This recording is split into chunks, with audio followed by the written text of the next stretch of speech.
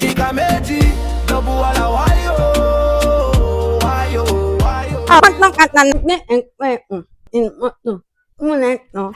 Ọmọ ọjọ́ wa kan ṣe bímọ a fẹ́ daṣẹ àgẹrẹ wọnú ayé wọn a fẹ́ lọ kọrin níbẹ̀ a fẹ́ lọ sọmọ lórúkọ wọ́n ṣe pè wá ni wọ́n ìpè wá náà là ń kó àwọn ẹrù akọrin ṣé mọ́tò à ń lọ síbẹ̀.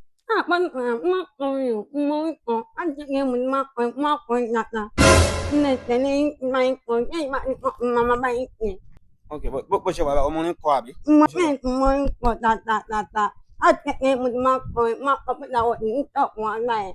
Ẹ̀yà kọrin kí n gbọ́ mo fẹ́ mọ tí o fẹ́ dànù ayé kọ́ kí n gbọ́ ná kọ́ fún mi ná.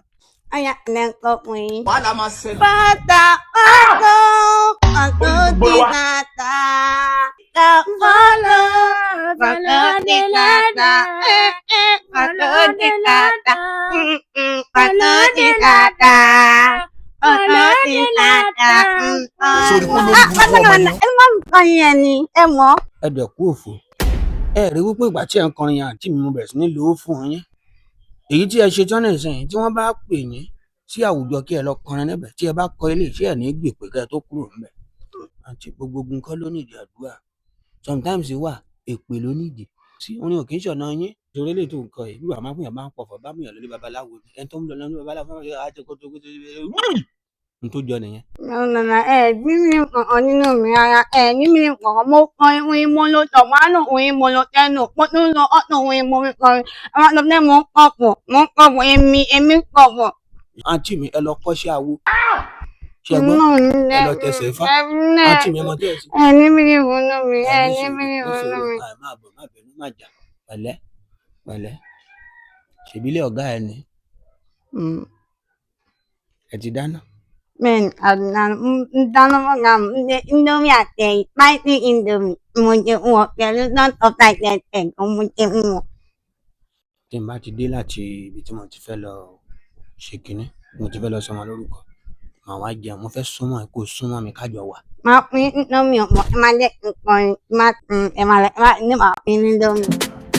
Kasala and Ebony, Wala na 5 and 6. I go put you for trouble like I miss you. Meji, double wala wayo. I don't want peace. I want problems always. God have mercy. God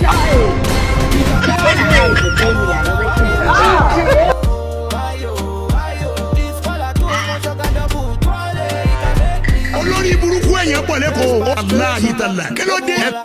Ọlọ́run á dúró tì ẹ́. Àmín. Ọlọ́run á dúró tì ẹ́. Àmín Jésù.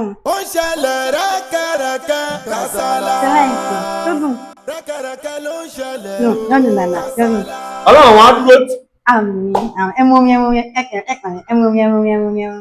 mo ṣe wàhálà kan nínú ẹjọ́ mi yẹn o mo ṣe wàhálà nínú ẹjọ́ mi yẹn pé mo lọ dọ́tà mo ra ẹyin mo ra tanti mo ra ẹ̀ mo fi ẹjọ́ mi yẹn ó lè kó lánà ẹ̀ẹ́dẹ̀ẹ̀dẹ̀ ó dùn àbí. Aláhi tàlà. Kí ló dé? Nítorí oúnjẹ tó fún mi. Ọlọ́run á dúró tì ẹ́. Àmín. Ó gbọ́n tí mo sọ fún ẹ wà á kúrò ní ipò ọmọ ọ̀dọ̀ wà á di ológo. Àmín. Àwọn ènìyàn á sóúnjẹ fún ẹ bó ṣe sè fún mi náà wọ́n á sè fún ẹ bẹ́ẹ̀.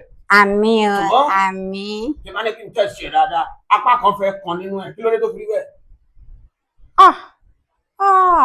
Ìgbà tí mo bẹ́ẹ̀ ṣe ń dómi ẹ̀ fún yín ọlọ́ọ̀tẹ̀ mi inú mi ò kò tó mi mo lọ tọ́nà àwọn onímọ̀ wọ́n ní kò tó mi tí pọ́npọ́ ni mo dẹ̀ wọ́n pé àwọn ọmọ rẹ̀ lọ.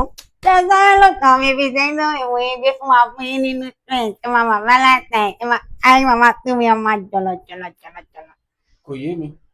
Mo lo ìtàn mo tàn sí kí máa dà sí ilé mi mo fi ti mọ́ àti fún yín láìpẹ́ kó tó wà táìsì.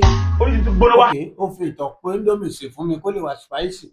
Tó mo ti jẹ̀tọ̀ báyìí bá ṣe ń sọ̀rọ̀ yìí ìtọ̀ ni mo ń jẹ yìí. Bẹ́ẹ̀ni sà. Ìtọ̀ ni mo ń jẹ tí mo ṣe ń bẹ́ẹ̀ sọ̀rọ̀ yìí. Bẹ́ẹ̀ni sà. Ìwà tó wù máa jẹ́ kó orógun àṣàṣì tó bá ṣọ́ra. Ìwà yìí lè jẹ́ kí ènìyàn pàdánù ìjọba ọ̀run. Ó kó ìtọ̀ fún mi jẹ́. Ó kó ìtọ̀ fún mi. Ìlànà tí kò sọ mi ń gbá mu ni ọ̀yà ẹ̀jọ̀ mọ̀ mọ́ tí mo ti wọ́n mi tí àwọn ẹ̀jẹ̀. Èmi pásọ Kasala fámọlẹ́kùn ti yẹ ti òbó lòbò dòbò kẹrù òbó lòbò torí òbò kọ wíìlì. Adó ni má gbẹ̀jẹ̀ wà náà adó ni má wo bẹ̀ wò ó wàdà orógun àkóbá pẹ̀lẹ́. Grace pass grace, oga, double wala. Yes, sir. Kasala and Ebony. Yeah, Ika pasika, oga, oro imale in. Yes, sir. Ika Meji, double wala. Why?